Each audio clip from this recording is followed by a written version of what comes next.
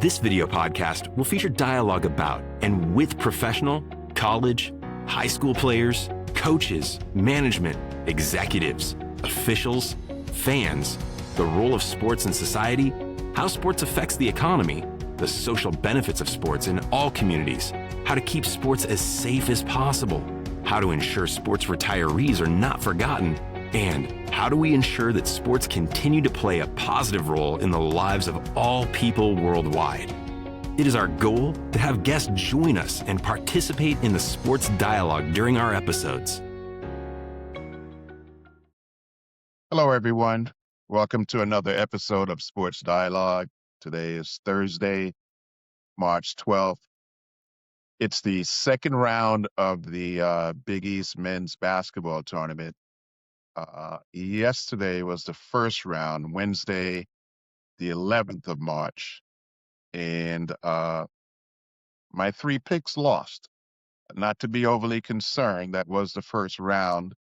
Marquette, I did pick Marquette to win, and that was a close one. They lost a very close one that I was a bit surprised.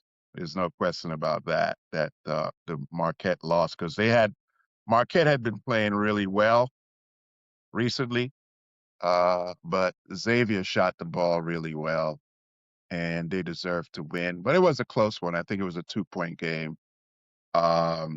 Providence really shot the ball well, really, really well. And we'll talk about that in a little bit in teeing up the St. John's Providence game today. So, and Georgetown, I felt that they were very capable. I think I did say that. But I felt they were getting away from the play that I saw them a couple of times earlier in the year in January, when they were really feeding their big man. He was playing well offensively and defensively, and their players were getting out and running and shooting. As I said, came to Gamble, played Georgetown, UConn really well. But I had thought from what I've seen after that, they'd gotten away from some of the things that I thought was making them very special and tough to beat. But it seems like they got back to it yesterday at the Garden, which is good for them. There's no question about that. And DePaul didn't play their best game, but you have to give props to Georgetown. I thought they played a very good game yesterday. But the bottom line is my three picks lost, but we'll do better. My picks will do better in this second round today. The first game is Providence, as I said, against St. John's. And I have picked St. John's to win the game. I put out my predictions earlier in a short clip. So, and the reason why I think St. John's is going to win, obviously they won the Big East Championship, but they're playing well. And Providence really, really did well yesterday. They had 4 players in double figures. One player had 28 points. Another player had 23 points. Another player had 23 points. So, and they shot from the field a field goal percentage of 52%. So that means more than half of the shots that they took scored. And then they shot 51% from 3-point range. That's the 3-point line, for those of you who may or may not know. The 3-point line, if you shoot from beyond it, you get 3 points. If you shoot within the 3-point line, you get 2 points for each time you get through the basket. So they took 27 3-point shots and made 14 of them, which is 51%. So they played extraordinary, Providence yesterday. The issue that I see them potentially having coming in against St. John's is probably, it's arguably a better team than Butler. And I did see Butler withstand some of the punches that Providence threw yesterday. But Butler, I did see some fatigue at the end in Butler. Not that they were dragging or tired or anything like that. Fatigue shows up in different ways in sports. And in basketball, you don't have to see a player bending over or breathing hard for fatigue to set in. When you see them missing shots that they were making earlier, generally that's a sign that the legs are getting a little fatigued. So I saw that Butler withstood some of the runs that so-called punches that Providence threw yesterday, but at the end they were there, but they just didn't have enough to get it done. But you have to give props to Providence. I'm just concerned for I don't it's a shorter route. It's a short turnaround. During the normal regular season, college teams play 2 to 3 times a week. Sometimes they have a week off. In the biggest tournament, it's every single day. If you win, you play the next day. And Providence played yesterday, and now they're going to play today, and on less than 24 hours of rest for the legs. And so I'm not so sure they're going to be able to shoot the way they shot yesterday. Just from it, I mean, their minds will want to do it, but I'm not so sure with the short turnaround. The bodies are used to, and this goes for all of the teams in the tournament. The bodies are used to getting a certain amount of rest after, even though they may practice the next day. It's a lighter practice, a shoot around, and game speed is totally different than practice speed. So I'm not so sure that Providence can uh, recreate what they did yesterday. Uh, but even if they did, St. John's is a better team. So I am picking St. John's to win the first game uh, on March 12th in the second round today. The second game is Seton Hall versus Creighton. And I'm pretty sure they split during the regular season. By split, I mean each team won one game. I think Creighton won one and Seton Hall won the other. And they're both playing well. So from what I see of Creighton, I saw them when they came up to Gamble against UConn. They beat UConn.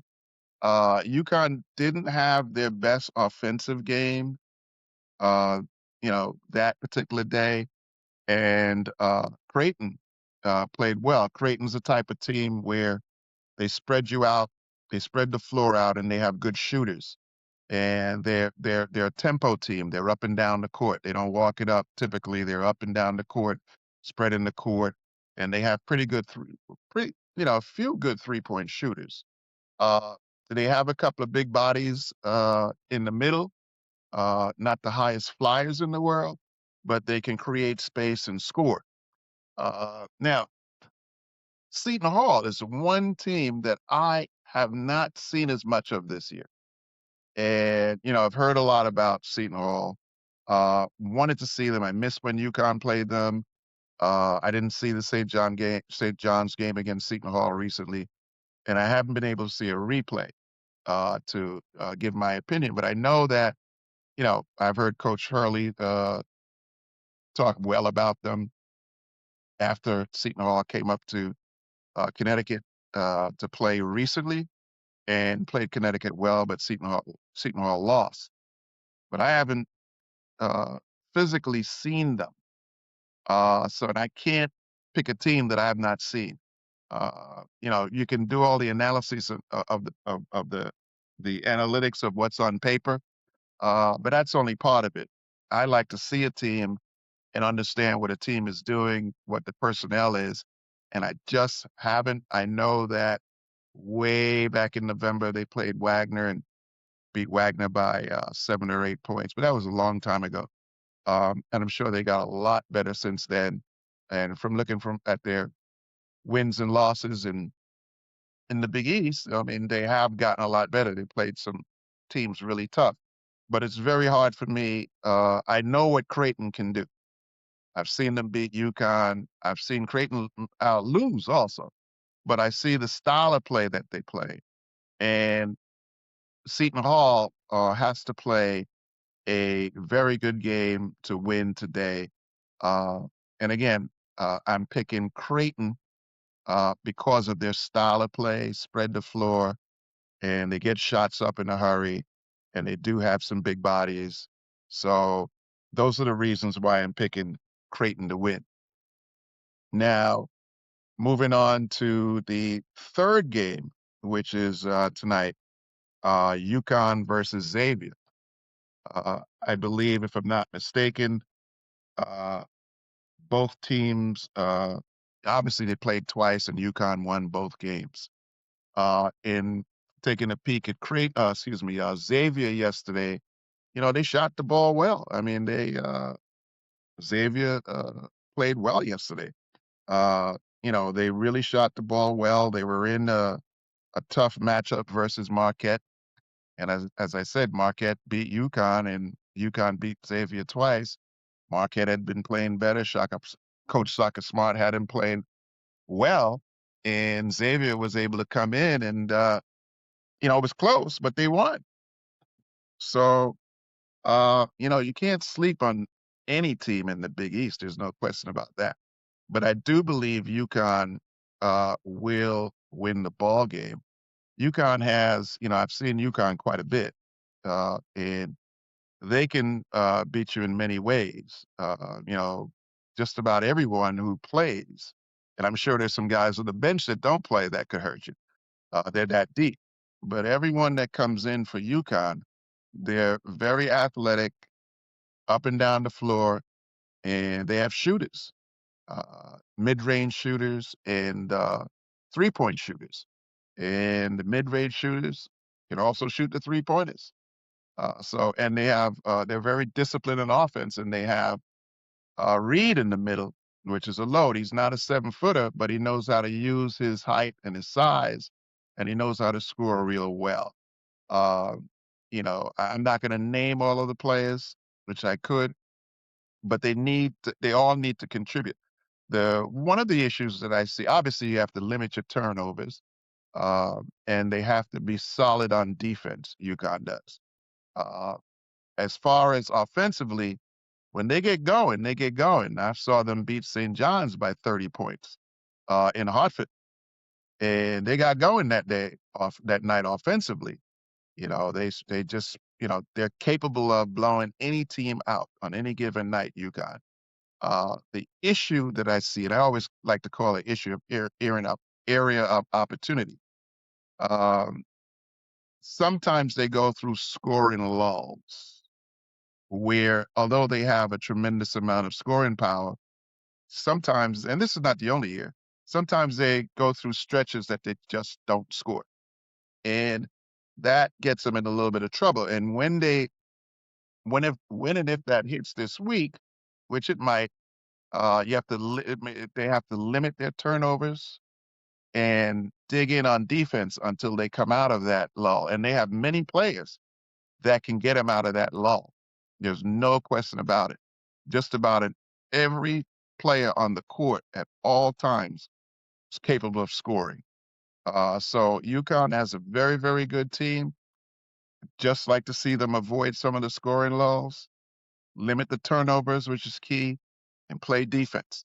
Now, one other thing about UConn is I think all of the players are very important, but I think their backup center, Eric, is very key. He's a 7'1" freshman. And here's why I think he's key. I'm not saying he's the best player on the team or the most important player on the team, because they have a lot of good players. But I think he is important because Reed, if Reed gets in foul trouble, he's the only big man, unless Alec Caravan could move from 4 to 5. But I'm not so sure that coach wants to do that. I mean, he's done it. But Eric, 7'1" freshman, he's been coming along. He's had a freshman season now to come along. He needs to be key, because if I'm seeing it, other teams are going to see it, that they're going to try to go at Reed and get him in foul trouble. And if you get Reed in foul trouble, that's where he needs to come in, Eric, and really hold down the fort, similar to what Ruben Prey does for St. John's. When Zuby goes to the bench, or Bryce goes to the bench, Coach Pitino brings in Prey. And Prey, he's a very active big man. He controls the paint. He runs the floor. Sometimes he scores, sometimes he doesn't. But, it's not like, okay, Zuby's on the bench now, so we're going to take over the pace. And that's what Eric needs to do for UConn. And that's key, not only in the Big East tournament, but going forward, looking forward down the road in the NCAA tournaments. He's very, very key. And he just needs to play confident. And if you play those minutes when Reed goes to the bench, are very important minutes for him to step up. And if he can, he has. I think he needs to take another level when he gets in there. Sanogo and Clingan. Clingan used to come in off the bench in, different style of game, but he used to dominate. Meanwhile, Sanogo rested. So we kind of need that out of Eric, and I think we can get it out of him. I think UConn wins tonight versus Xavier. In the final game of today, which will be tonight, is Georgetown versus Villanova Wildcats. And I think that they met on January 21st, and Nova won by 15 points, 66-51. And they met again on February 7th, and Nova won then by 7 points, 80-73. But as I said, it looks to me from yesterday, Georgetown is playing better. And I did see some of the game, one of the previous two games where between those two teams, and Georgetown hung in there, but they went through a scoring lull at the end of the second half into the first 5, 6, 7 minutes of it was 5 minutes left in the first half, and they didn't score until maybe 5 or 6 minutes had gone by in the second half. So that was a deep scoring lull, and Villanova stretched the lead to 20 points during that time. But other than that, before that, they were playing pretty well. And as you can see yesterday, Georgetown, won. And but at the end of the day, I think that Villanova's style of play, and they have good shooters. They run the floor. They have a big man that runs the floor, wide body, plays hard. I just think Villanova wins, but I would not be surprised to see this game, go down to the wire. Georgetown is capable of it. There's no question about it. I think they're back to where I thought they could be. So it'll be a good one, but I'm picking Villanova to win the game. And so those are my picks for today, March 12th.